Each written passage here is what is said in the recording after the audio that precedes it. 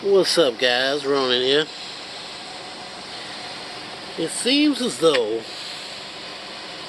it's time to get new tires.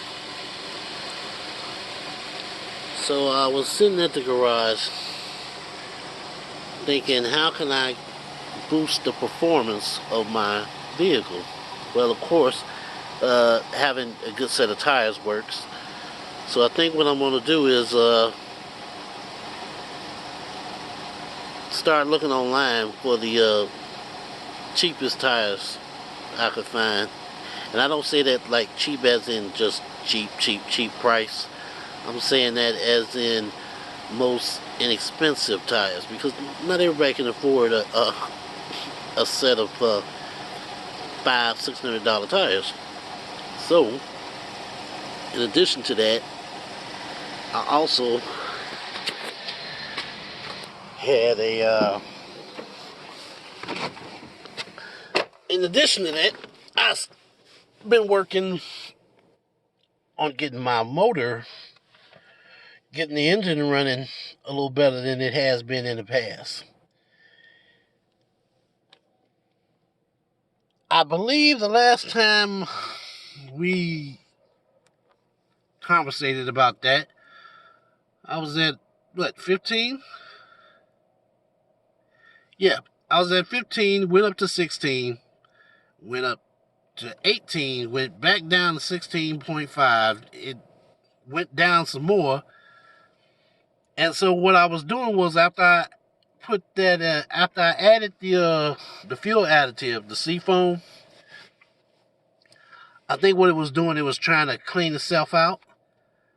So it ends up going up to 16, and it stayed there. So after that, it was just a matter of me switching gas. So now I try to stay at 88 octane instead of 87. It's a little bit of a bump, not much, but I'm not paying extra for gas. And this was before the current situation with the low gas prices. So I'm using 88 grade, 88 octane gas, and I haven't used any additives since then. I haven't had my oil changed yet. None of that. All I did was clean out the gas and the the pistons, piston tops, the valves. So I wanted to show you guys my MPG. When I got in the car a week ago and I saw that, I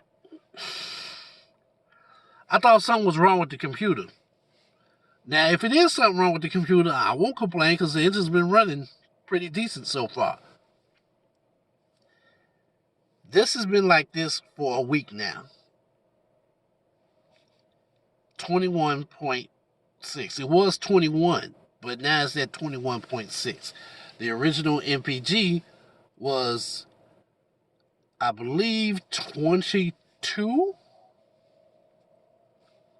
So I wasn't expecting that. I just wanted to get it up to 20. Now, what I need to do is try and keep it there. Or, like I said, at least keep it at 20. I'll settle for 18, but I'd rather have it at 20. Now, this is a 2012 vehicle. So, in car years, it's old. It's almost 10 years old. So, for me being able to get it back up to almost factory spec, that's an accomplishment for me. I'm pretty proud of myself. Average speed, 16 miles an hour, because I really don't just jam on the gas. I try to be conservative with how much gas I I expend. I see people on the highway flying, going 10 miles over the speed limit. And it's like, is that necessary? Really? And the bad part is they're speeding on the ramp. Like, dude, you really gonna run me over while I'm trying to merge into traffic? Slow down. You're gonna get there. If it's that important, you should have left early. I'm getting on the ramp or getting off the ramp, and people act like they want to run me over. Like, you're supposed to slow down on the ramp? That was always my theory. I mean, maybe I'm wrong.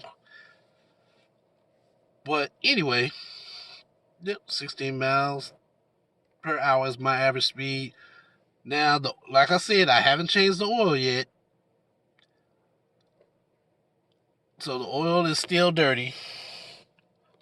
But the filter, and I have to show you guys that later when I get ready to change the oil filter. The filter, I was curious as to where the filter was and how to take it out. So I bought a cheap filter. I bought a Walmart filter because I didn't want to put the old filter back in there once I took it out. Found where it was located at. Took the old filter out. It's not the whole canister filter, but for this vehicle, it's the little paper filament that goes inside the canister. That's the only part that you actually change. They've designed the engine so that there's there's part of the engine block has the structure where the filament goes into. So it's kind of hard for me to explain, but like I said, when I get ready to change the oil filter, I'll show you and I'll be able to explain it better. But yeah, I took it out and it was dripping dirty oil. I don't know what filter they used, but it was a pretty good filter. It collected a lot of impurities and a lot of dirt, build up, carbon. So right now I have a Walmart filter in there. I don't know if that's going to do it as good, but we'll see. We'll see. And as far as the filter that was in there, I still have that one too. So that's stored away. And we'll compare how much dirt each one collected. And then I'm going to run out today and buy another filter. I'm going to try a Fram filter next. Money's kind of tight right now, so yeah, do what you can. Well, my next project will probably be the radiator. I have recently found out in the past week that I have a blockage in my radiator. Why do I feel I have a blockage in my radiator? I run the engine, let it get up to operating temperature, and then what's happening is I'm poking and feeling the hose. I'm pinching the hose, the radiator hoses. Close to the engine, it's hot, good and hot. But as I pinch the hose going down, I can hear the liquid in the reservoir, radiator reservoir, splashing around. But the hose is getting cold. It's getting cooler towards the radiator. So I'm thinking either the thermostat is blocked, is plugged up, or there's a plug in the radiator. But I'm leaning more towards the radiator and not the thermostat. I do get heat, but the heat doesn't blow out as hot as it should be. So that's what I want to do next. I gotta try to find some water to flush it out. That's, man. I mean, I could have used the water hose at home, but I was on YouTube a couple of nights ago, and I was watching a couple of videos, and guys were saying that it's better to use the distilled water. So if I can, I'll pick me up a couple of gallons of that and some flush out my radiator. Hopefully it'll bring the temperature down and it'll run a lot better. And of course, I'm going to use synthetic oil from here on out with this vehicle. And we'll see if that makes a difference with the overall performance of the vehicle. Well, I just wanted to keep you guys in the know of what I'm doing during this time. That being said, talk to you guys later. Peace.